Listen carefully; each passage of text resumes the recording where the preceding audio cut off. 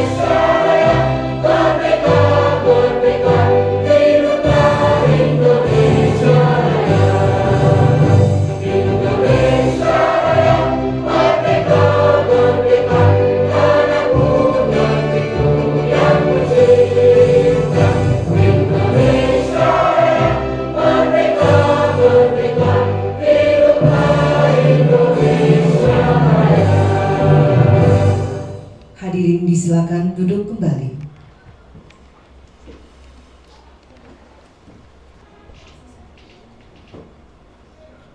Ikan nila, ikan gurami, enak dimakan pakai sambal betutu. Terimalah salam dari kami. Assalamualaikum warahmatullahi wabarakatuh. Waalaikumsalam warahmatullahi wabarakatuh. Yang terhormat Kepala SMK Negeri 1 Solo, yang sama-sama kita hormati WKMM SMK Negeri 1 Solo, selanjutnya calon guru penggerak Angkatan 11 Kota Solo, dan Bapak Ibu peserta diseminasi yang kami banggakan. Dengan mengucapkan puji syukur kehadiran Allah yang Maha Kuasa, acara diseminasi budaya positif calon guru penggerak Angkatan 11 Kota Solok SMK Negeri 1 Solok hari ini, Kamis 22 Agustus 2024 dimulai. Mengawali acara ini, marilah kita membacakan doa bersama dipimpin oleh Bapak Elat Mukaryanto SPD. Disilakan. Baik, terima kasih Bu.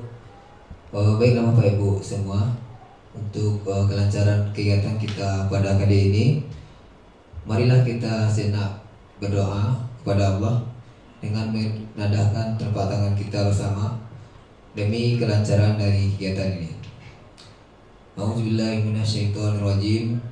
Bismillahirrahmanirrahim. Salatu wassalamu ala asrafil anbiya'i wal mursalin wa ala alihi wa sahbihi rasulillahi jema'in. Allahumma firli wa liwalidayya warhamhuma kama rabbayana saghira. Allahumma inni as'aluka salamatan fid din wa afiatan fil jasadi wa ziyadatan fil ilmi wa barakatan fil rizqi wa taubatan qabla maut wa rahmatan indal maut wa maghfiratan ba'dal maut. Allahumma hawin alaina fi sakratil maut wa najatan minan nari wa afwa inal hisab. Rabbana la tuzigh qulubana ba'da idh hadaytana wa hab lana min ladunka rahmatan innaka antal wahhab. Rabbana hab lana min azwajina wa dzurriyyatina qurrata a'yun waj'alna lil muttaqina imama. Rabbighfir warham wa anta khairul fatihin. Rabbana atina fid dunya hasanah wa fil akhirati hasanah wa qina azabannar. Subhana rabbika rabbil izzati amma yasifun. Wassalamu ala mursalin walhamdulillahi rabbil alamin. Assalamualaikum warahmatullahi wabarakatuh. Bapak Ibu yang kami hormati, selanjutnya sambutan sekaligus pembukaan secara resmi kegiatan diseminasi budaya positif oleh Kepala SMK Negeri 1 Solo yang pada kesempatan ini diwakili oleh Bapak Asih Saukani SS. Disilakan. Baik, terima kasih Ibu Jantalina. Bismillahirrahmanirrahim. Assalamualaikum warahmatullahi wabarakatuh. Alhamdulillahirabbil alamin. Wassalatu wassalamu ala asyrafil anbiya'i wal mursalin wa ala alihi washabihi ajmain. Yang sama-sama kita hormati Bapak Ibu Kepala Sekolah yang saat ini bergabung bersama kita di dalam kegiatan diseminasi budaya positif. Kemudian Bapak Ibu CGP Angkatan 11 yang saat ini akan melakukan diseminasi, yaitu Ibu Betri Harlina, Ibu Yon Eka Putri, Ibu Afieni, dan Ibu Wiwi Anita Fitri. Dan yang sama-sama kita banggakan adalah Bapak Ibu majelis guru yang mewakili untuk mengikuti kegiatan diseminasi ini, di mana di sini adalah diseminasi atau penyampaian terkait hasil belajar dari pendidikan guru penggerak angkatan 11 ibu-ibu 4 orang ini.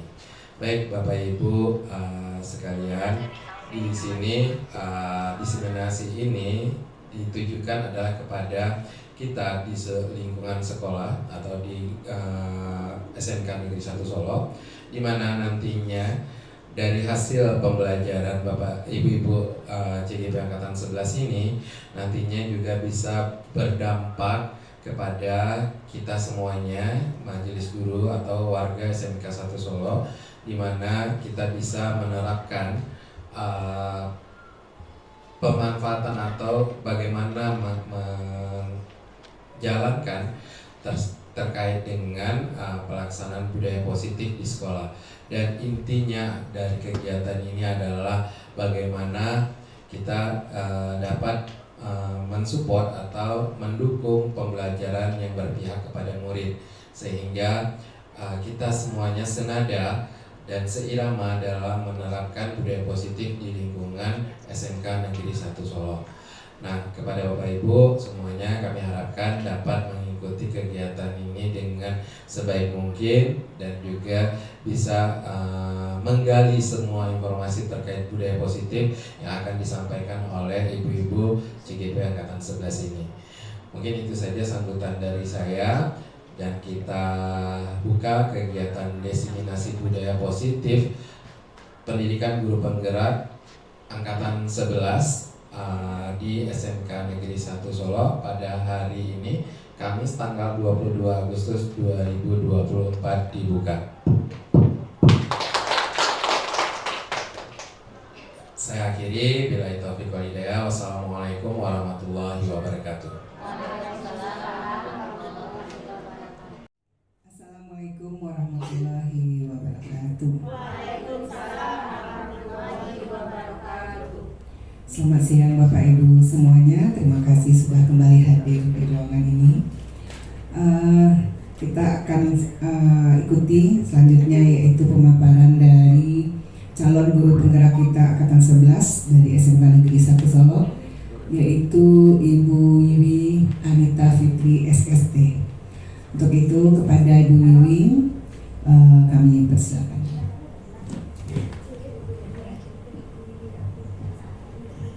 Baik, Assalamualaikum warahmatullahi wabarakatuh. Waalaikumsalam warahmatullahi wabarakatuh. Alhamdulillah, puji syukur kita ucapkan kehadirat Allah Subhanahu wa Ta'ala, karena berkat limpahan rahmat-Nya lah kita dapat kembali berkumpul pada siang yang berbahagia ini dalam rangka menyaksikan pemaparan materi dalam hal ini diseminasi aksi nyata saya budaya positif pada pendidikan guru penggerak Angkatan 11 Kota Solo. Masih semangat ya Bapak Ibu ya? Sudah makan ya Ibu? Sudah makan, Alhamdulillah. Semoga tidak ngantuk ya Ibu-Ibu ya. Nah, baik, sebelum kita mulai mungkin di sini nah, di sini saya minta dulu ibu-ibu untuk kita tersenyum. Yuk senyum 30 detik saja. Ya. Mana senyum manisnya ibu-ibu ya, karena siang supaya tidak ngantuk ya ibu. Kita yuk senyum selama 30 detik. Senyum. Bu Desi senyumnya Bu Desi. Nah, bahagia ya ibu-ibu ya. Oke. Baik. Nah, budaya positif. Tadi mungkin kita sudah mendengarkan juga pemaparan dari yang sebelumnya tentang budaya positif, bahwa ternyata dalam mewujudkan budaya positif itu kita memerlukan kerjasama yang baik antar warga sekolah. Ya, jadi untuk mewujudkan budaya positif ini kita memang butuh kolaborasi, kita butuh kerjasama, komunikasi yang baik antar rekan kerja kita. Jadi tidak hanya kita sendiri, tapi kita juga harus membutuhkan kerjasama dengan rekan. Dan di sini tentu kami dari guru penggerak pun membutuhkan dukungan dari rekan-rekan semua, dari ibu-ibu semuanya. Nah, kemudian jika budaya positif ini telah terwujud, maka akan tercipta murid yang merdeka dan bahagia. Sini ya Bu ya. Murid yang merdeka dan bahagia, guru yang saling mendukung, menguatkan, serta lingkungan sekolah yang nyaman dan aman. Tentu nyaman dan aman ini adalah merupakan cita-cita kita bersama, bagaimana lingkungan sekolah kita ini aman dan nyaman.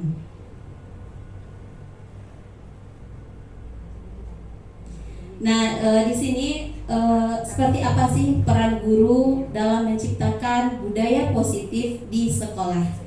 Nah, di sini adalah pertama sebagai agen perubahan, ya. Di sini kita guru berperan aktif dalam mengubah paradigma dari pendekatan tradisional yang berbasis hukuman, ya. Dari pendekatan tradisional berbasis hukuman menuju pendekatan lebih humanis dan berpusat pada murid atau disiplin positif. Nah, kemudian yang kedua, pendidik yang inspiratif. Di sini kita guru menunjukkan contoh nyata tentang bagaimana menjadi seorang pendidik yang kita tidak hanya mentransfer ilmu pengetahuan, tetapi juga menginspirasi murid untuk tumbuh dan berkembang secara optimal. Ya, jadi kita guru harus menjadi inspirasi bagi murid-murid kita. Kemudian yang ketiga adalah membangun komunitas belajar. Nah, di sini kita guru berkontribusi dalam membangun komunitas belajar yang positif, di mana murid merasa aman, ya, aman, dihargai, dan termotivasi untuk mencapai potensi terbaiknya. Ya, kita yakin bahwa semua murid-murid kita tentu memiliki kemampuannya masing-masing. Kemampuan setiap murid kita itu berbeda, ya. Minat dan bakatnya pun juga berbeda. Nah, di sini bagaimana kita bisa memotivasi, bagaimana mereka mencapai potensi terbaiknya. Seperti itu ya, ibu-ibu ya. Nah, di sini untuk membangun budaya positif tadi, tentu kita perlu memahami apa sih konsep-konsep inti dalam budaya positif. Nah, pertama di sini adalah disiplin positif. Ya, disiplin positif. Disiplin positif di sini adalah pendekatan dalam mendidik dan membimbing yang berfokus pada membangun hubungan yang positif, mengajarkan keterampilan sosial dan mendorong tanggung jawab dengan tujuan menanamkan motivasi intrinsik yang tidak akan terpengaruh pada adanya hukuman atau penghargaan. Jadi di dalam disiplin positif ini yang kita butuhkan adalah motivasi intrinsiknya, motivasi yang ada dari dalam diri anak, bukan karena kita iming-imingkan mungkin dengan hadiah, atau karena mungkin mereka takut dengan kita, ya.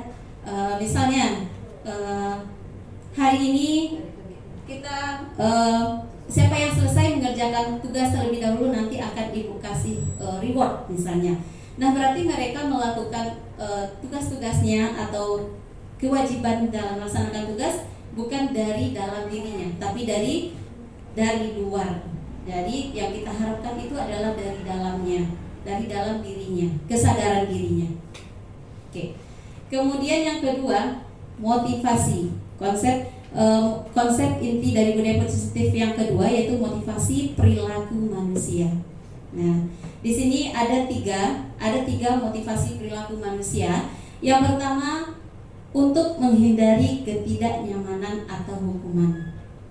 Nah, kalau ini berarti untuk menghindari ini motivasi apa ini, ibu-ibu? Untuk menghindari ketidaknyamanan atau hukuman. Motivasinya berarti motivasi eksternal. Kemudian yang kedua, untuk mendapatkan imbalan atau penghargaan dari orang lain. Eksternal juga. Kemudian yang ketiga, untuk menjadi orang yang mereka inginkan dan menghargai diri sendiri dengan nilai-nilai yang mereka percaya. Nah, baru ini adalah motivasi intrinsik. Jadi yang kita harapkan yang ada pada diri anak-anak kita maupun diri kita juga seorang guru adalah yang nomor 3 ini, yaitu motivasi dalam diri kita, dalam diri kita. Termasuk kita guru, misalnya kita mengajar ke dalam kelas. Apa sih yang memotivasi kita mengajar masuk ke kelas seperti itu? Takut ditegur koordinator piket kan? Tidak. Atau malas mungkin dipanggil di KMM mungkin ya.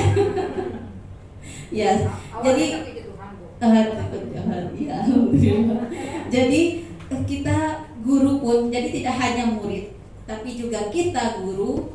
Motivasi yang kita munculkan adalah motivasi intrinsik. Nah, apa sih yang memotivasi kita mengajar, masuk ke kelas? Karena kadang-kalanya kita memang ada saat-saatnya jenuh ya ibu-ibu ya, jenuh masuk kelas, mungkin ada masalah dari rumah ya, jadi terbawa-bawa. Nah, hal itulah yang harus kita bisa kontrol seperti itu.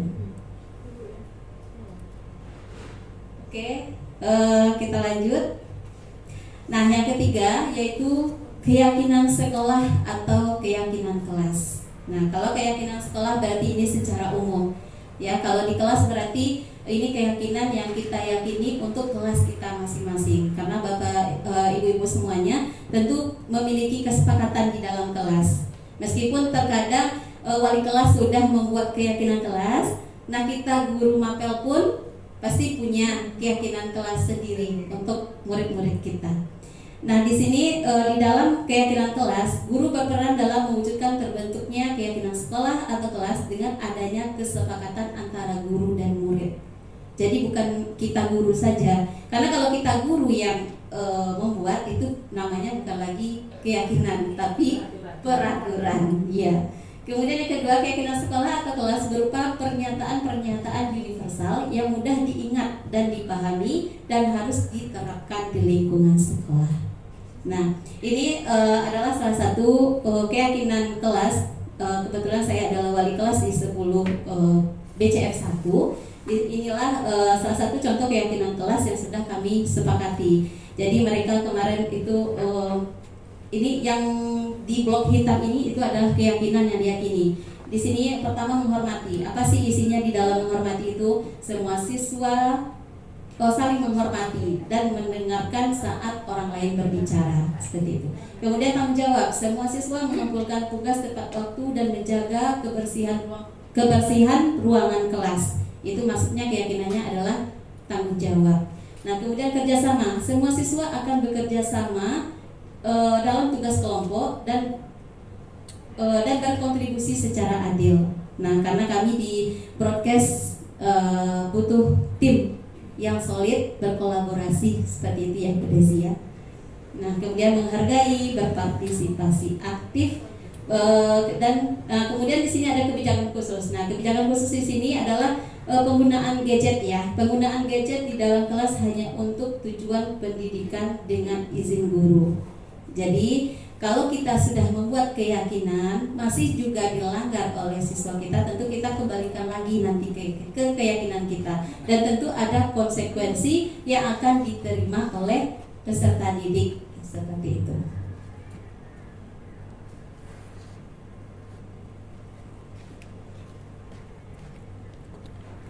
Nah, kita lanjut ya Ibu-ibu. Yang keempat ini adalah kebutuhan dasar manusia. Nah, kita tidak bisa lepas ya dari kebutuhan dasar. Inilah kebutuhan, ada 5 kebutuhan dasar kita. Yang pertama yaitu bertahan hidup. Ya, bertahan hidup tidak mungkin kita tidak makan seperti itu ya Ibu-ibu ya. Kemudian kasih sayang dan rasa diterima. Yang kedua kasih sayang dan rasa diterima. Ini juga penting ya. Kemudian yang ketiga penguasaan atau pengakuan atas kemampuan ya. Pengakuan, siswa kita juga butuh pengakuan dari kita sebesar apapun itu perjuangannya dalam belajar, kita harus memberikan sebuah pengakuan atas kemampuannya. Kemudian kebebasan, kebutuhan akan pilihan. Dan yang kelima adalah kesenangan. Nah, untuk memahami alasan-alasan yang mendasari tindakan manusia, nah di sini mari kita pahami tentang dunia berkualitas. Pernah dengar Ibu-ibu dunia berkualitas? Pernah dengar apa itu dunia berkualitas? Pernah dengar ya Ibu barusan? Barusan dengar. Atau berbicara tentang dunia berkualitas, kira-kira apa itu Ibu-ibu? Dunia berkualitas. Dunia yang penuh warna-warni, ya bisa. Apalagi Bu? Dunia yang penuh teknologi, dunia yang bermanfaat, dunia yang bermakna. Nah, di sini kita akan bahas karena kaitannya ini adalah dengan 5 kebutuhan dasar manusia tadi. Nah, ini dia Ibu-ibu. Dunia berkualitas adalah tempat khusus dalam pikiran kita. Sebuah tempat khusus dalam pikiran kita di mana tempat menyimpan gambaran dari semua yang kita inginkan. Bisa berisi orang, bisa berisi hal-hal dan apa saja yang terbaik dalam hidup kita. Dan hal ini membuat kita merasa bahagia dan terpenuhi kebutuhan dasar kita. Tuh, dunia berkualitas. Berarti terkadang sesuatu yang bermakna sudah puluhan tahun yang lalu mungkin masih ingat bagi kita sampai saat ini. Iya tidak, Ibu-ibu? Ya. Kemudian yang kedua, seorang tokoh, Dr. William Glasser, menyebutnya seperti semacam album foto. Nah, sehingga isinya tidak terlalu banyak, hanya akan terdiri dari beberapa hal saja yang sangat signifikan dan benar-benar terbaik dalam hidup kita, yang membuat hidup kita menjadi lebih bermakna. Nah, kemudian untuk masuk ke dunia berkualitas, syaratnya adalah bahwa sesuatu itu harus terasa sangat baik bagi kita dan memenuhi setidaknya 1 atau lebih kebutuhan dasar kita. Jadi tadi kita kan punya 5 kebutuhan dasar kita ya Ibu-ibu ya. Nah, jadi untuk menjawab apakah kita memiliki dunia berkualitas dalam hidup kita, ada beberapa pertanyaan pemantik berikut. Mungkin bisa Ibu coret-coret di kertasnya. Coba Ibu jawab. Di sini dalam lingkaran ini buatlah gambar atau kata-kata yang menggambarkan hal-hal yang Ibu-ibu miliki dalam dunia berkualitas Ibu-ibu semuanya saat ini. Nah, di sini pertanyaan pertama, siapakah orang-orang yang paling penting dalam hidup kita atau dalam hidup Ibu-ibu semuanya? Boleh boleh Ibu-ibu coret di kertasnya. Siapa sih orang yang paling penting dalam hidup Ibu-ibu? Ya. Kemudian pertanyaan yang kedua, nilai kebajikan apa yang terpenting dalam hidup kita? Ibadah dan jujur. Ibadah dan jujur. Iya. Ibadah penting, itu yang nomor 1. Kemudian pertanyaan yang ketiga, kalau kita menjadi orang yang ideal, karakter atau sifat apa yang paling diinginkan ada dalam diri kita? Ya. Smart, pintar. Kita ini ingin menjadi orang yang ideal. Untuk menjadi orang yang ideal, karakter seperti apa sih yang kita inginkan? Menyenangkan atau humoris gitu ya Bu Wice? Pintar. Pintar gitu ya. Mungkin Bu Dita, apa Bu Dita? Gitu. Bahagia. Gitu. Kemudian yang keempat, apa pencapaian ibu-ibu yang sangat ibu banggakan? Banyak deh. Banyak emas, banyak harta. Oke, alhamdulillah ya Bu Desi. Emas mahal sekarang ya. Iya. Menjadi PNS ya. Apa kira-kira Bu Deni? Apa pencapaian Bu Deni yang sangat Bu Deni banggakan sampai detik ini? Iya. Anak-anak berhasil dunia dan akhirat. Anak-anak berhasil dunia akhirat. Apalagi kemarin Kak Zaza sudah tampil di acara. Iya, tepuk tangan dulu untuk anak Bu Deni ya. Itu salah satu keberhasilan kita orang tua melihat anak-anak kita berhasil ya. Kemudian apa pekerjaan ideal bagi ibu-ibu? Guru, karena sekarang sudah jadi guru ya ibu-ibu ya. Sudah ideal, menurut ibu-ibu sudah ideal menjadi guru. Tidak pusing ibu-ibu jadi guru. Tidak. Alhamdulillah. Senang bahagia, alhamdulillah guru-guru SMK 1 memang hebat. Oke, berarti kita sepakat pekerjaan yang ideal bagi kita saat ini adalah guru. Oke. Kemudian yang keenam, ceritakan bagian perjalanan hidup ibu-ibu di mana ibu merasa itulah titik puncak hidup kita. Belum sampai puncak.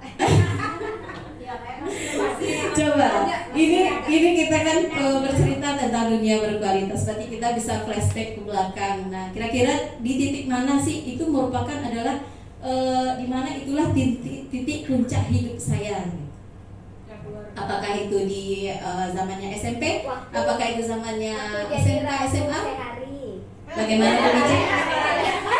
Apa Bu? Oh, jadi ratu sehari. Jadi anak Daro. Jadi hal itu tidak bisa dilupakan ya Bu Pengen Bici. diulang. Jangan, tak boleh. Diulang aja. Pesan ya. Tapi di Malang kalau bahasanya saya. Iya, pakai ruyung bisa. Pasang lagi. Wiwi tamunya bolak-balik bahasa Abang. Iya boleh. Kemudian yang ketujuh, apa yang paling bermakna dalam hidup kita? Jadi rumah tangga. Jadi ibu rumah tangga, jadi ibu, jadi istri, jadi guru. Nah, atau mungkin di sini jadi ibu iya, jadi istri iya, jadi guru iya. Nah itu sangat bermakna sekali. Ya. Jadi anak, ya seperti itu. Nah tentu ibu-ibu semuanya pasti memiliki ya yang namanya dunia berkualitas. Sudah merasa memiliki dunianya sudah berkualitas ibu-ibu. Sampai detik ini, sampai mungkin di sini ibu-ibu semuanya juga merupakan guru saya ini. Ibu-ibu semua juga merupakan guru saya. Nah di sini saya lihatkan ibu-ibu karena saya berdiri di sini itu mungkin salah satunya ada saham, ada saham guru-guru saya dari SMK 1 Solo. Iya. Di sini saya menulis ya ibu-ibu ini kata-kata yang menggambarkan hal-hal yang saya miliki dalam dunia berkualitas saya saat ini. Nah di sini yang pertama orang yang paling ya orang tua, suami, anak dan saudara-saudara saya. Kemudian hal atau karakter yang masih saya inginkan di sini adalah jujur, tanggung jawab dan rendah hati. Nah kemudian saya ingin juga menjadi orang yang lebih percaya diri, kreatif dan humoris seperti itu. Nah kemudian hal yang membanggakan bisa menjadi seorang guru karena hal ini dulu mungkin kalau ditanya waktu di SMK, saya sekolah SMK mungkin cita-cita saya bukanlah guru, tapi saya ingin bekerja di bank karena jurusan saya adalah akuntansi dan kebetulan saya PKL pun di bank dan ingin menjadi pegawai bank. Dan entah dari mana jalannya jadilah saya sekarang menjadi seorang guru. Nah kemudian ini ya titik puncak yang saya pikirkan itu adalah saya bisa kuliah jalur beasiswa. Nah, karena di saat itu pun dulu, nah saya selalu menceritakan hal-hal ini kepada siswa di kelas untuk memotivasi mereka bagaimana kami akan kuliah. Ini terutama untuk anak didik kita yang kelas 12. Ibu, kami tidak mau kuliah, kami tidak ada biaya kuliah. Nah, saya selalu ceritakan ke mereka, ibu pun kuliah tidak pakai biaya kuliah, ibu kuliah jalur beasiswa. Nah, bagaimana caranya ibu jalur beasiswa? Saya ceritakanlah, gitu kan, sedikit membanggakan diri, kapan ibu? Iya, karena ibu adalah alumni SMK 1. Ibu kuliah jalur beasiswa itu berkat dorongan atau dukungan dari guru-guru ibu juga dari SMK 1. Ya, rekomendasinya guru-guru ibu semua gitu kan, disampaikan seperti itu. Nah, kemudian adalah jalur beasiswa ini, di mana saya waktu itu juga sudah kuliah ibu, tapi dapat panggilan akhirnya kuliah yang satu ditinggal, kemudian saya pilih yang beasiswa. Nah, kemudian yang paling membangnasinya adalah diberikan kemampuan menjalankan peran sebagai ibu, istri, dan guru, seperti itu. Nah, semoga ibu-ibu semuanya tentu dari dunia berkualitas ini kita kembalikan lagi ke siswa kita di kelas. Tentu mereka juga memiliki impian, memiliki harapan seperti itu. Dia juga ingin bagaimana dunianya itu berkualitas. Sesuatu yang tidak mereka dapatkan di rumah, bagaimana caranya dia bisa dapatkan di sekolah, seperti itu. Kalau kita lihat ya ibu-ibu yang flashback, mungkin tidak 1-2 orang siswa kita di kelas itu banyak memiliki masalah di rumah. Banyak yang dari broken home ya Bu Desi ya, terutama kami yang dari broadcast ya. Itu setelah ditanya ternyata orang tuanya sudah pisah gitu kan. Jadi dari situ kita lihat mereka berbuat tindakan-tindakan seperti itu ternyata ada alasannya. Mereka butuh kasih sayang, mereka itu butuh perhatian dari kita, seperti itu. Nah, sekarang ketika mereka membuat suatu kesalahan, kita menghukumnya, kita tidak mengajak atau mengayominya, seperti itu. Nah, tentu mereka akan kemana lagi mereka akan lari, seperti itu. Karena sekolah adalah rumah keduanya. Nah, makanya mereka ya udahlah cabut, cari tempat yang lebih nyaman. Ternyata yang nyaman adalah tempat nongkrong gitu kan. Ya. Di mana mereka akan mencari di mana mereka bisa diterima, seperti itu. Ternyata tempat nongkrong di warung-warung, tempat mereka merokok-rokok, tempat bergabung dengan teman-teman yang tidak sekolah lainnya. Ternyata itulah teman yang mungkin menerimanya. Nah, sekarang kita guru bagaimana hal itu bisa kita hindari. Nah, berilah sebuah dunia berkualitas untuk mereka, seperti itu. Nah, di sini yakinlah Bapak Ibu bahwa pentingnya menciptakan suasana yang positif untuk membuat dunia berkualitas. Siswa juga memiliki dunia berkualitas versi mereka. Harapan mereka sekolah dapat mewujudkan sebagian dunia berkualitas bagi mereka selain dari keluarga dan lingkungannya. Seperti itu. Masih semangat ibu-ibu? Ya, kita tepuk semangat dulu mungkin ya Bu Deni. Kalau masih semangat kita tepuk semangat dulu. Tepuk semangat.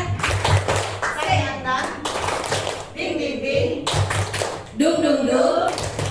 Dang dang dang. Ding ding ding. Dung dung dung. Sen. Aha aha ma.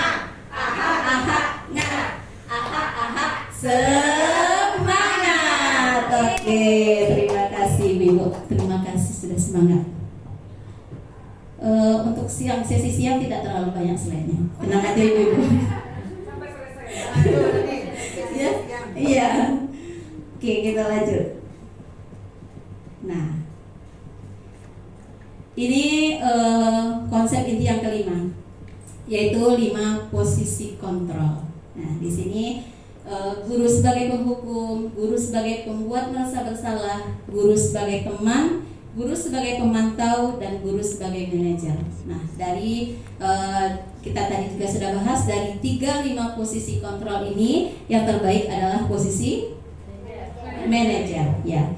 Di mana sebagai manajer di sini guru dapat berbuat sesuatu bersama murid, mempersilahkan murid bertanggung jawab dan mendukung murid agar dapat menemukan solusi.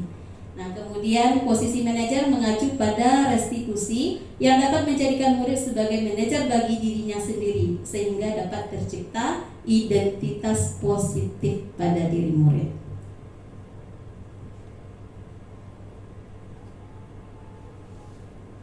Nah, ini yang terakhir, konsep inti yang terakhir adalah segitiga restitusi. Nah, restitusi tadi di sini bagaimana kita bisa membantu siswa dalam memecahkan permasalahan di kelas, karena berbagai macam permasalahan mungkin kita temukan di kelas, baik kita sebagai walas maupun kita sebagai guru mata pelajaran.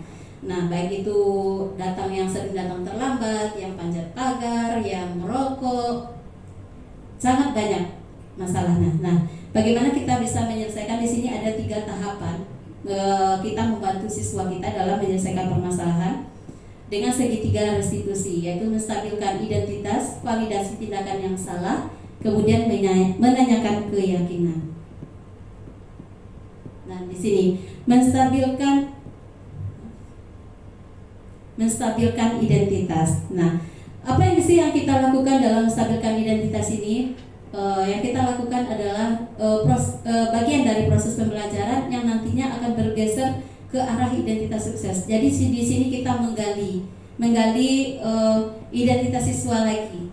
Seperti apa menstabilkan identitas dia bahwa dia adalah seorang pelajar, bahwa dia tidak boleh melakukan itu. Mungkin dia membuat sebuah kesalahan. Jadi kesalahan itu menjadi pelajaran bagi dia untuk tidak berbuat lagi seperti itu. Nah, itu dia menstabilkan identitas. Kemudian validasi tindakan yang salah. Setelah mereka mengetahui identitas dirinya sebagai seorang pelajar, nah di sini kita validasi bahwa tindakan yang mereka lakukan itu salah, yaitu bahwa setiap perilaku berupaya memenuhi suatu kebutuhan tertentu, sehingga guru atau orang tua akan bergeser dari pemikiran stimulus respon menjadi proaktif, serta akan lebih mengenali dan mengakui kebutuhan murid atau anak. Nah, kemudian yang ketiga menanyakan keyakinan. Nah, kita kan misalnya di sekolah kita sudah membuat keyakinan sekolah, kemudian di kelas kita sudah membuat keyakinan kelas. Nah, setelah mereka memberikan alasan kepada kita di validasi tindakan yang salah, kita tanyakan lagi ke mereka, apa sih keyakinan kelas atau keyakinan sekolah yang telah mereka langgar dan seharusnya mereka itu seperti apa.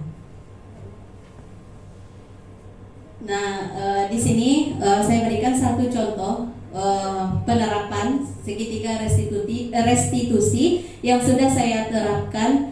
Ini kasusnya adalah saya statusnya di sini sebagai wali kelas. Di sini peserta didik atas nama Randy tidak masuk ke kelas saat pelajaran pendidikan Pancasila dengan Ibu Vera. Sementara pada pelajaran sebelumnya Randy ada di kelas dan mengikuti pembelajaran. Bu Vera melaporkan Randy ke saya selaku wali kelas dari Randy karena hal ini sudah 2 kali dilakukan Randy.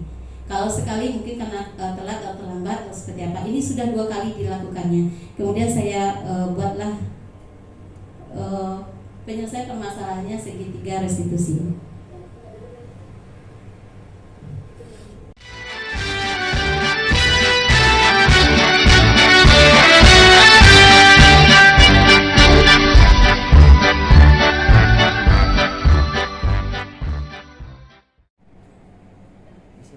Ya, silakan duduk Randy.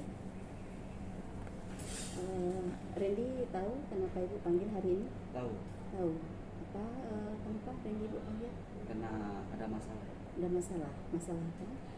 Cabut nama pelajaran PP. Oh, cabut. Kemarin Ibu dapatkan kabar. Nah, kalau Randy cabut di jamnya Bu Vera. Ya, berarti betul ya. Cabut ya. Sama siapa namanya sebenarnya? Ibu Vera. Sama berjenjang Bu Vera. Itu tentu Randy melakukan itu tentu ada alasan. Mungkin tanpa alasan. Nah, Nah, apa alasannya? Kenapa Randy cabut di jamnya Bu Vera? Karena tidak ada LKPD. Tidak ada LKPD. Terus kenapa harus cabut? Kenapa nggak masuk dulu kemudian kasih ini sama Bu Vera? Takut Takut? Kenapa takut? takut Takut dimarahin sama Bu Vera. Pernah marah sebelumnya sama Bu Vera? Belum. Nah, jadi kan informasi dari Bu Vera ini sudah ke 2 kalinya ya? Iya, Randy cabut. Randy sebelumnya tidak cabut, tapi Randy tidak bawa LKPD. Nah, kemudian kan disuruh keluar sama Bu Vera, disuruh fotokopi, ya, tapi nggak difotokopi, nggak balik-balik ke kelas. Nah, pertemuan berikutnya yang kemarin Randy malah cabut. Nah, berarti Randy tahu kalau Randy salah. Tahu salah.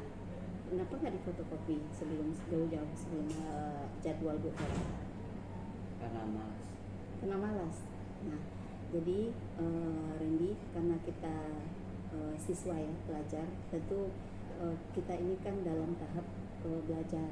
Nah, sekarang Randy sudah mengakui kesalahan Randy. Kalau Randy memang salah, cabut di jam Bu Vera tanpa diusir dulu sama Bu Vera, Randy sudah cabut duluan. Nah, sementara kan seandainya Randy masuk kelas kemudian diutarakan sama Bu Vera, kalau mungkin alasan Randy nggak ada uang atau lupa atau gimana, Bu Vera mungkin bisa terima.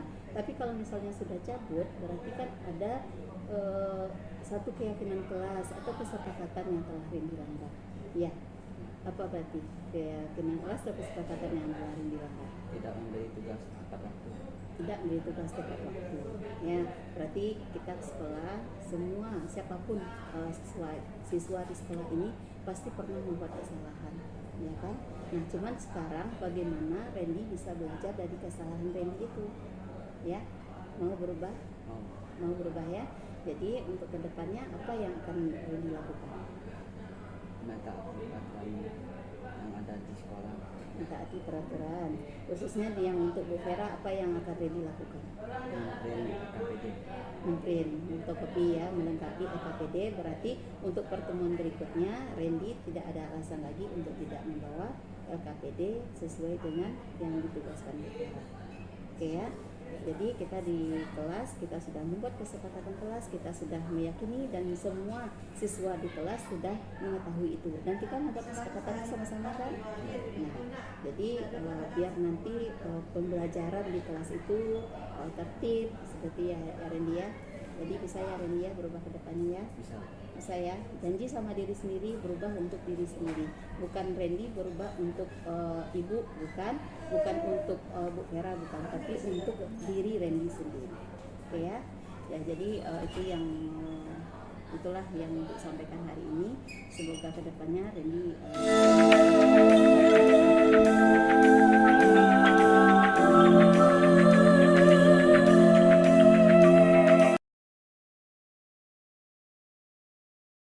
Assalamualaikum warahmatullahi wabarakatuh. Perkenalkan, nama saya Randy Saputra dari kelas BCF 1. Saya merasa senang karena sudah dapat saran dari Ibu Iwi dan saya akan berjanji akan berubah lebih baik lagi. Terima kasih.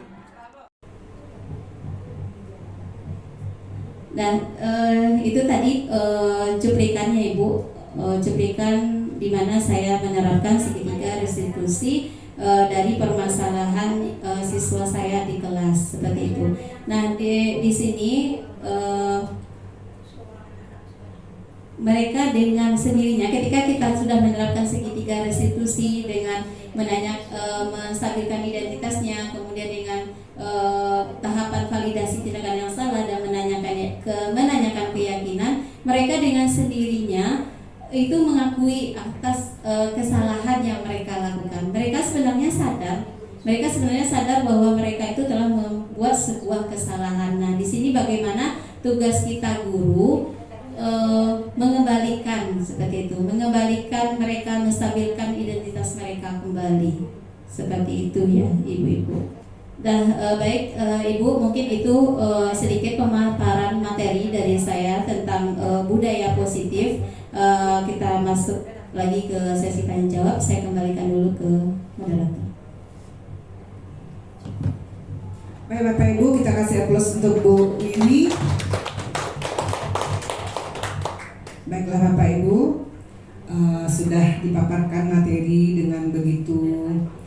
bagusnya ya oleh Bu Wiwi lengkap. Tetapi pasti masih ada hal-hal yang menjadi pertanyaan bagi Bapak dan Ibu dan hal-hal yang diragukan. Untuk itu kami persilakan dua penanya. Ya, ini ada Bu Desi Warni satu. Jangan harga emas Bu Desi. Kita kasih nama Bu Desi Bu Emas. Siapa lagi?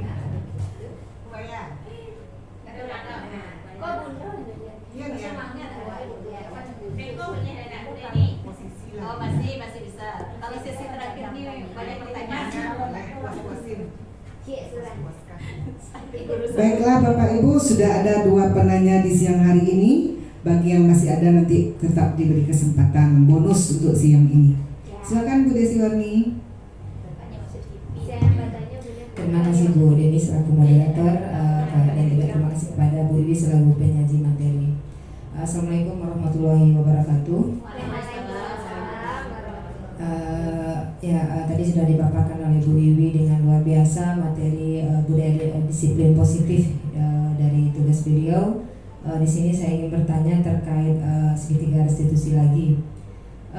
Kita juga sesama di guru broadcasting Walas dari tahun ke tahun memang persoalan anak broken home dengan kebutuhan dasar dan segala macamnya kita sudah coba pendekatan dengan segitiga restitusi ini, di mana ketika mereka kita bawa bicara dari hati ke hati, empat mata, persoalan masalah kehadiran contohnya rata-rata memang yang bermasalah itu adalah yang pertama mereka anak kos jauh dari orang tua.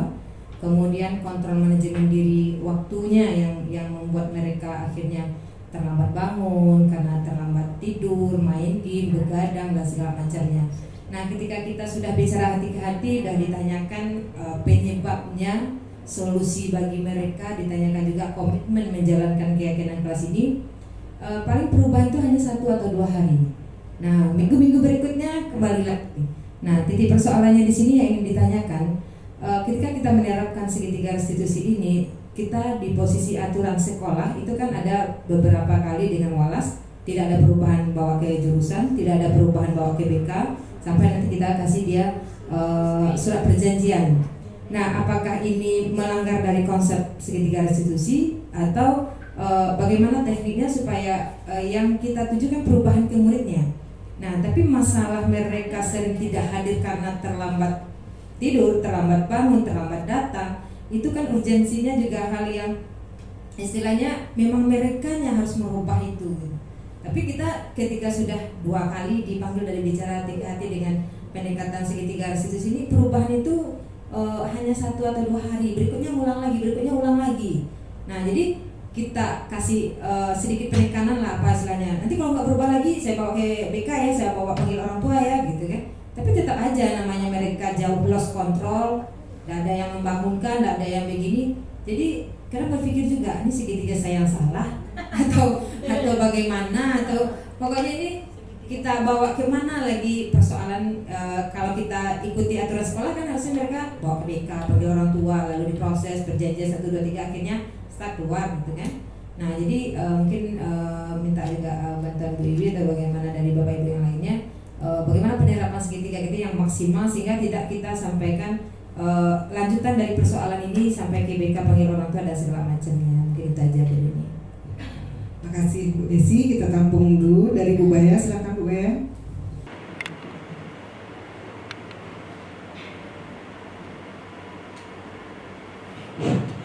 Ya, terima kasih Bu Wiwi. Di suasana yang panas ini, alhamdulillah mendengar kata-kata Bu Wiwi, rasanya saya mendengar dari profesor gitu. Dunia berkualitas gitu ya. Jadi terima kasih Bu Wiwi, semoga kata-kata Ibu akan menyertai untukmu gitu ya. Terima kasih Wiwi pada waktu yang telah diberikan kepada saya. Mohon maaf karena tadi juga telah muncul pertanyaan saya, tapi saya masih belum puas gitu. Ini karena menyangkut masalah ibadah gitu ya Bu Wiwi. Terutama terus terang saja ini masalah sholat yang jadi pikiran saya gitu. Kalau masalah materi agama itu sangat mudah, cukup dibaca bisa gitu ya. Namun realisasinya itu bagaimana mengamalkannya itu yang sangat penting. Namun kalau kita dengar tadi kan ada masalah hukuman, masalah apa tadi? Gitu ya.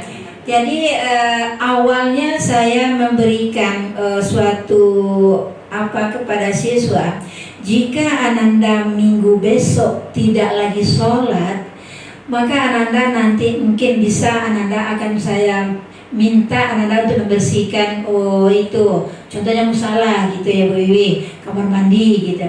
Rasanya itu kan saya sudah menghukum siswa gitu ya.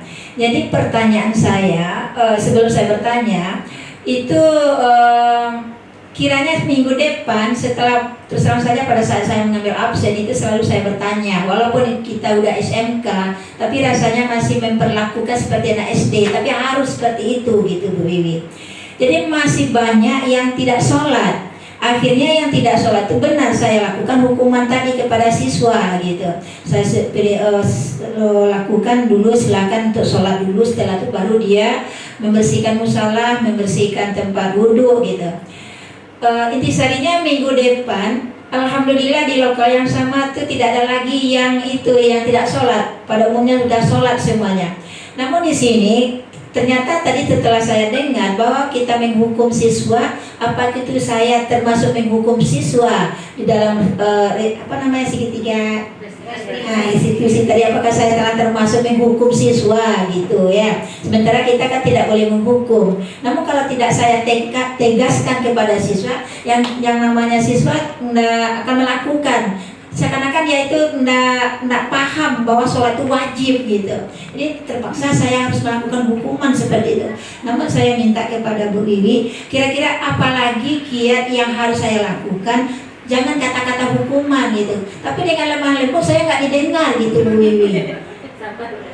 Dengan lemah lembut saya nggak didengar. Tapi kalau dengan hukuman kita tidak boleh. Jadi bagaimana solusinya saya bisa sehingga saya agak bukan naik sepanjang saya waktu saya memberikan masalah sholat ini. Sekian, terima kasih.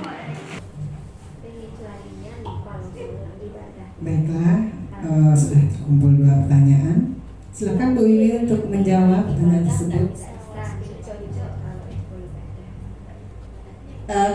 Baik, terima kasih atas pertanyaannya dari Ibu Desi dan juga Bu Baya. Saya coba dulu menjawab sesuai dengan pemahaman saya atau yang sudah saya pelajari di PGP. Di sini Bu Desi, bagaimana ini masalah kehadiran, tidak hanya kehadiran, banyak masalah di kelas kita khususnya broadcasting. Kemudian mereka yang sering terlambat karena kurangnya kontrol manajemen waktunya. Nah, ketika kita sudah menerapkan segitiga restitusi masih juga tidak didengarkan sekali 2 kali, tentu di sini kita menerapkan pemanggilan orang tua, kemudian dipanggil lagi ke jurusan, kemudian tidak juga panggil PK, tidak juga surat perjanjian 1, 2, 3 keluar seperti itu. Nah, di sini bagaimana kita memaksimalkan penerapan segitiga restitusi. Nah, kembali kita pahami bahwa segitiga restitusi di sini bagaimana kita membantu siswa kita dalam menyelesaikan masalah tanpa dia itu merasa kita hakimi, tanpa merasa dia itu kita sudutkan seperti itu.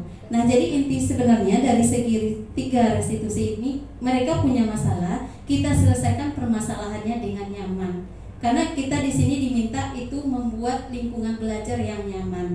Nah, kalau misalnya masalahnya Bu Desi kita sudah terapkan segitiga restitusi, kita sudah tanya, ternyata Bu kami terlambat, kami kos, tidak ada yang menjagoan, tidak ada alarm seperti itu.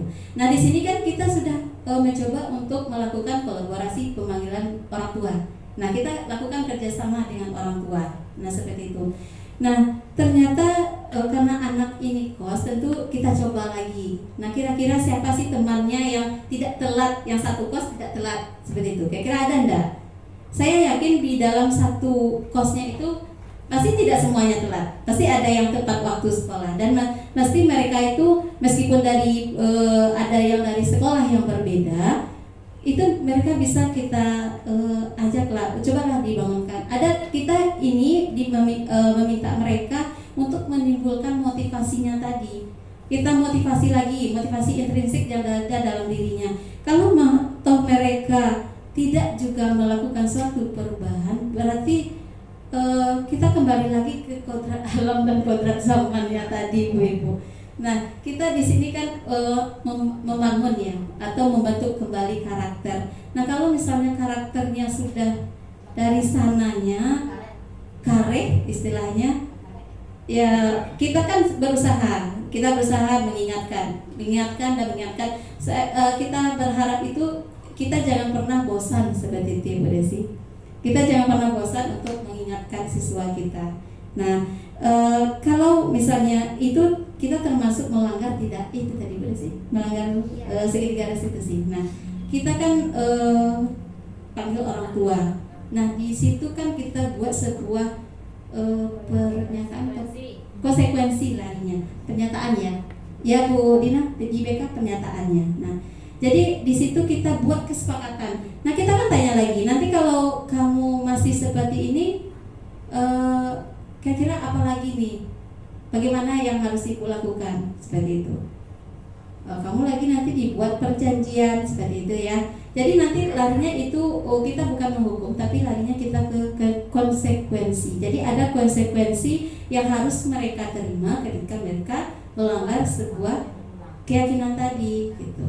Nah, kalau kita tidak terapkan itu, bisa jadi semua siswa kita melanggar ya.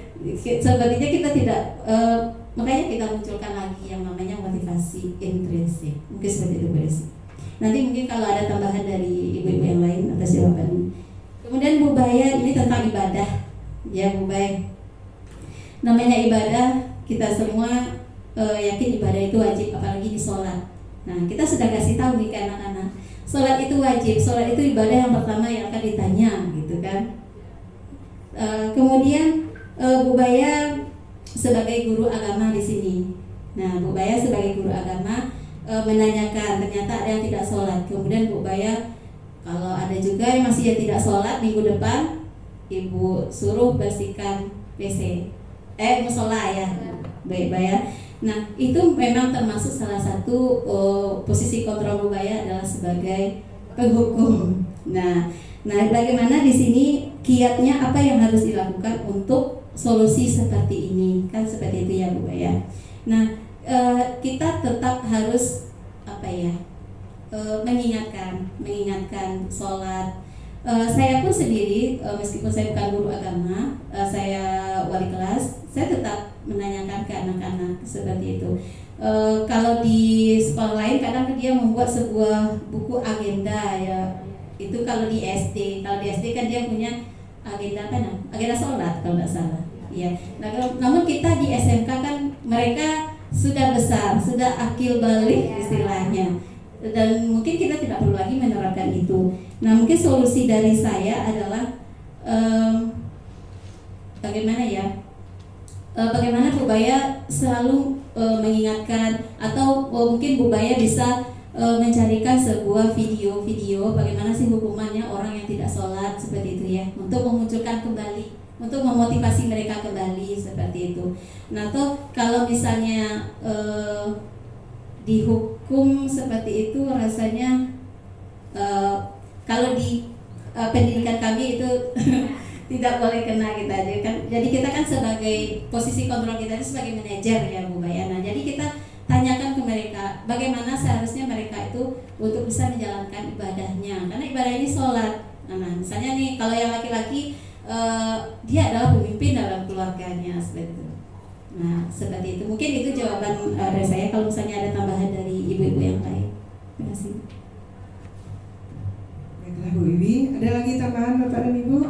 Silakan Bu Afrieni.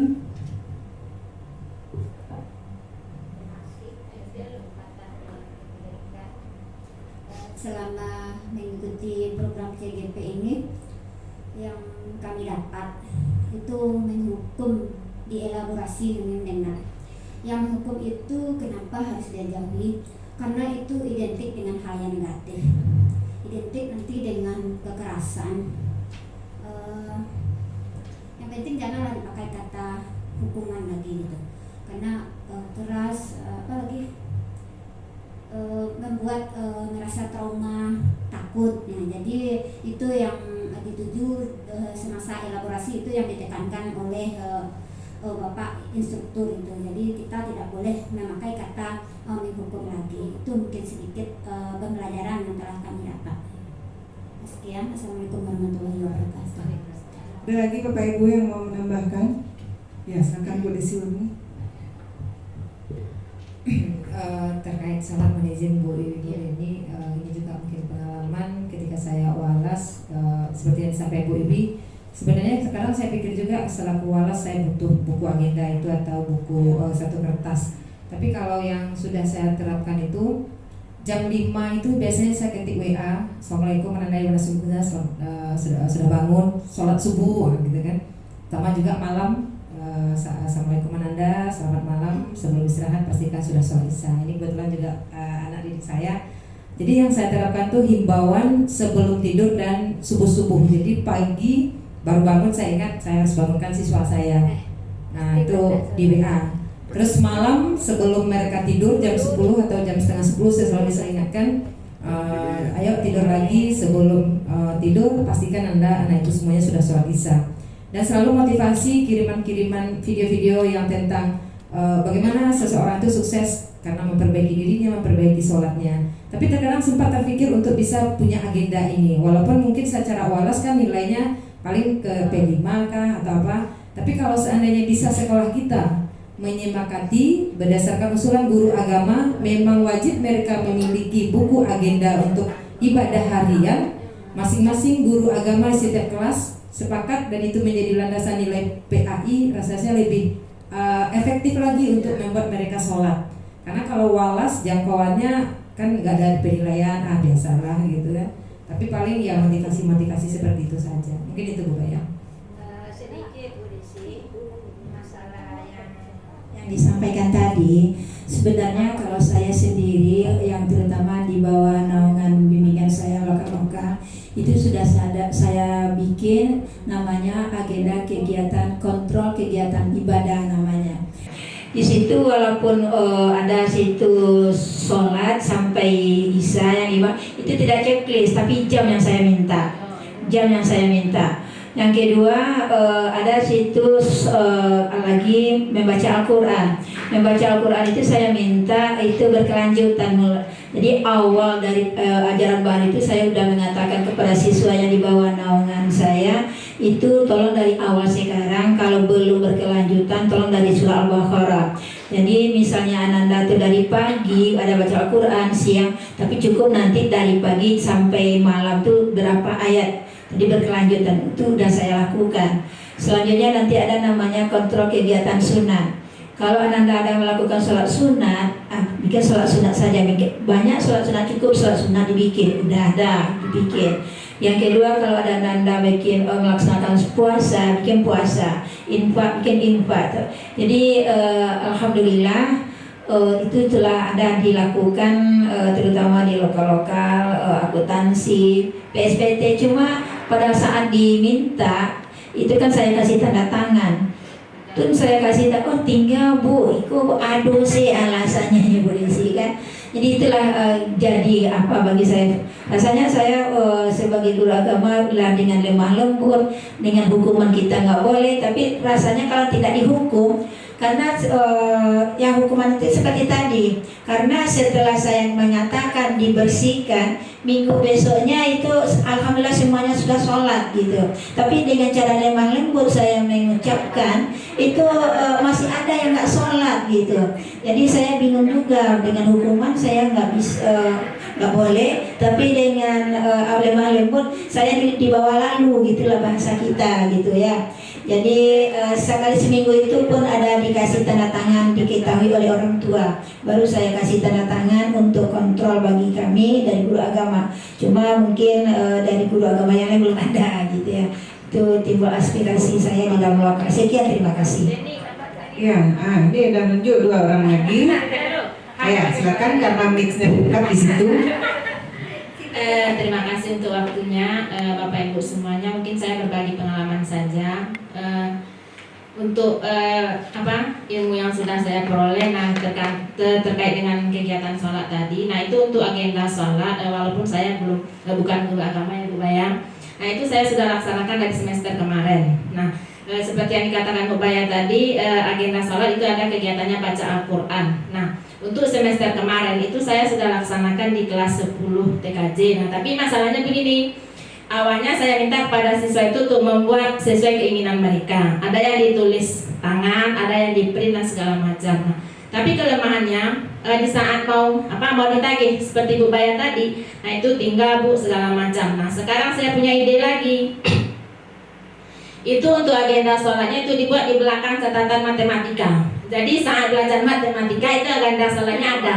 Nah itu untuk yang pertama. Nah kemudian yang kedua, nah seperti yang dibilang Bu Desi, karena saya bukan walas, jadi tidak bisa yang seperti ngirim WA tadi setiap apel pagi. Nah itu saya selalu menanyakan kepada siswa, nah Ananda siapa yang hari ini ada melaksanakan sholat subuh, kemudian sholat isya juga. Nah kemudian ada di antara siswa kita ini yang walaupun dia berada di sekolah tetapi dia tidak melaksanakan sholat zuhur. Kan sayang itu, dia ada di sekolah tapi tidak melaksanakan sholat zuhur. Nah kemudian dengan adanya kita memberikan motivasi terkait sholat, kemudian ya kegiatan-kegiatan keagamaan lain, mungkin ada dari diri siswa ini yang agak ada perubahan gitu. Masalahnya begini, kemarin saya bilang begini, Ananda kalau seandainya jujur, kan bisa saja dia bohong ya Bu ya. Bilang aja lah nanti mau belajar matematika, bilang aja kita tidak sholat subuh karena belajar matematika hari ini, ya bilang aja sholat subuh. Nah itu udah berapa kali dosanya. Nah jadi ada siswa itu yang sebagian memang enggak Bu karena telat bangun dan segala macam. Nah itu tergantung kita saja lagi menanggapinya. Kemudian lagi terkait dengan pembelajaran tadi kan saya sudah masuk dari awal ya Bu yang seperti yang apa diulang sama Bu Bet. Nah karena matematika ini mata pelajaran yang paling tidak disukai oleh siswa. Nah kemudian dengan adanya yang misalnya ice breaking, nah selama ini saya tidak pernah melakukan yang namanya ice breaking dalam pembelajaran. Karena begini, saya berpendapat awalnya ice breaking itu hanya untuk kita yang mengadakan pelatihan-pelatihan. Misalnya kita guru-guru, kalau siswa kan rasanya tidak penting. Nah tapi setelah kita mengikuti, nah ternyata ice breaking itu sangat penting di dalam kelas. Nah misalnya kalau saya itu dicari yang berhubungan dengan mapel kita masing-masing, apalagi di jam-jam terakhir yang tadi dibilang sama Bu Mince ya Bu ya, kalau udah mau mengantuk, nah sekarang Ananda silakan berdiri semuanya. Nah jadi mungkin itu sedikit berbagi pengalaman. Terima kasih. Ada lagi Bu ya? Jadi boleh.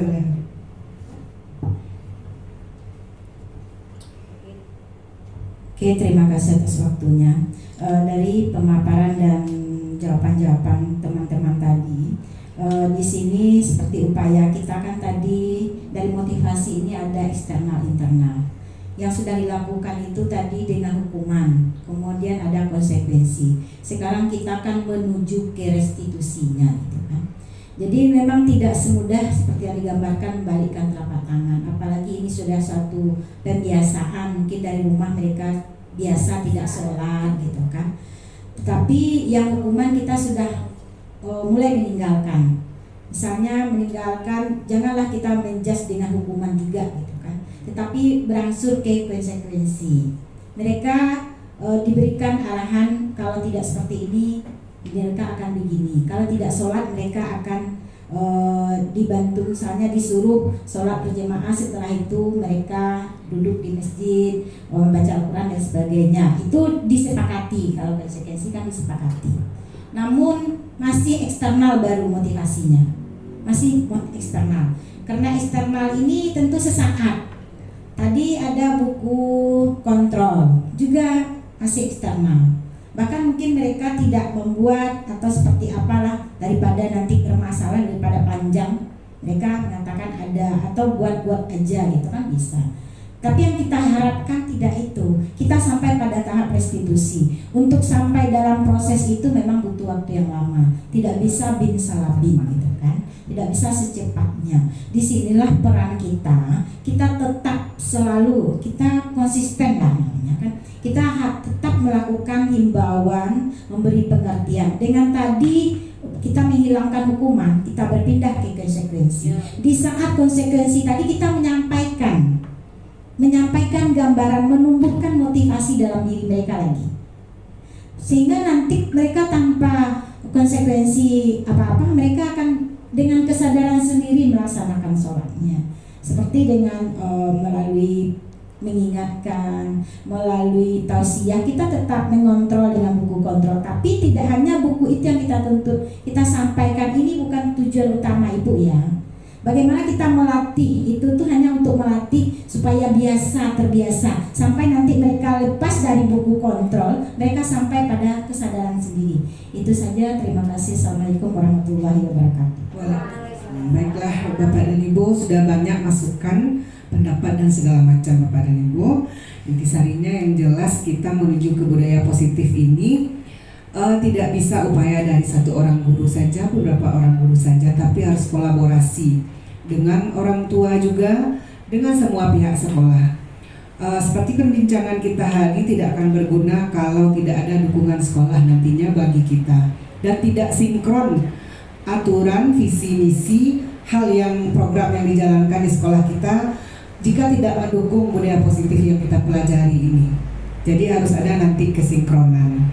Kalau tidak sinkron selamanya tidak akan bisa kita terapkan ya Bu Yan ya.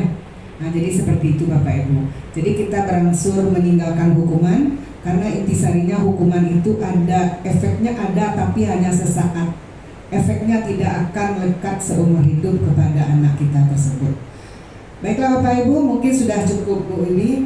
Jadi sebelum kita akhiri sesi dari Bu Wiwi, ada sedikit refleksi. Silakan. Baik Bapak Ibu, saya minta ibu-ibu semuanya di sini ada pertanyaan refleksi. Nah, dari tadi kan kita sudah sama-sama mendengarkan pemaparan tentang materi konsep-konsep inti budaya positif. Nah, adakah hal-hal yang menarik bagi ibu-ibu semuanya, dan mungkin ini di luar dugaan ibu-ibu, mungkin bisa di antara ibu-ibu mungkin yang bisa menyampaikan refleksinya. Silakan Bu, boleh Bu Elda. Kami Bu Elda.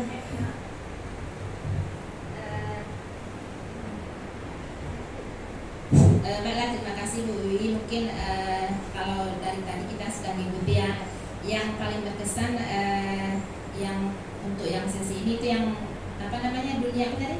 Dunia yang berkualitas itu minyak kita kan pada yang dunia berkualitas seperti yang tadi Bu Wiwi jelaskan, merefleksi kembali ke belakang, itu hal-hal yang paling berkesan dalam hidup kita. Mungkin itu, terima kasih.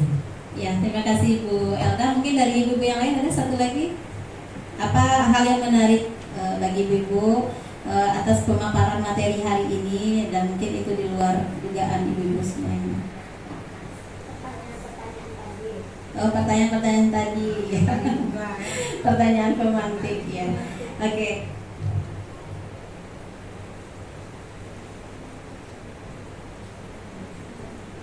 Dan baiklah ibu-ibu semuanya, mungkin sekian pemaparan dari saya tentang diseminasi budaya positif yang merupakan aksi nyata saya di modul 1.4.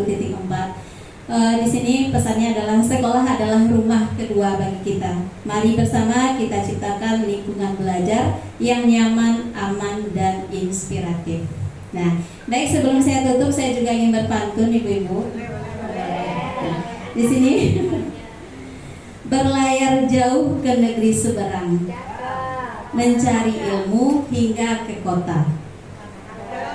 Mari bersama kita kembangkan budaya positif demi kita semua. Terima kasih Bapak Ibu atas perhatiannya, atas kedatangannya hari ini. Mohon maaf atas segala kekurangan. Wabillahi taufiq wal hidayah. Wassalamualaikum warahmatullahi wabarakatuh.